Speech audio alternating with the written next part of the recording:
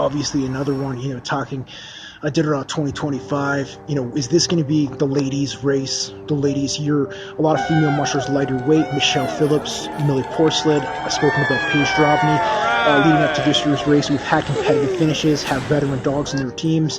Michelle Phillips just won the Yukon side of the Yukon Quest.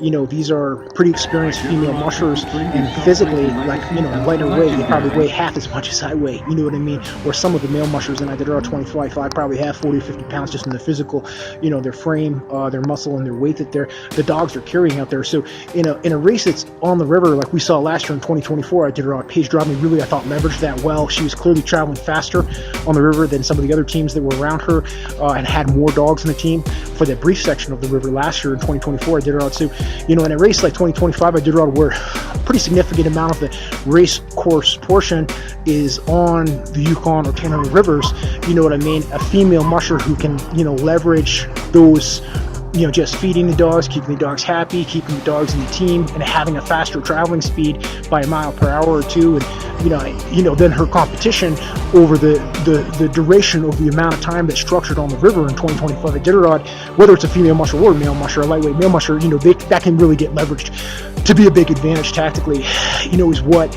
I reflect looking at Paige's performance last year. Now, obviously, when she got to Caltech, on the way to the coast and on the coast, guys like Jeff Dieter, guys like Matt Hall, when he got back in those hills, really put quite a bit of distance on her. So it's going to be hard to see whether a lead on the river will be able to be maintained into that fourth quarter of the race, I guess, is a big question. But I do think some of these lighter weight mushers, and even like a guy like Jesse Holmes, talking about weighing 150 pounds before the race, or a guy like Mitch Seavey, very lightweight, slightly built people, like a jockey in a horse race, you know what I mean? It's easier for the dogs to pull that over the distance, especially when we're only starting with 14 dogs.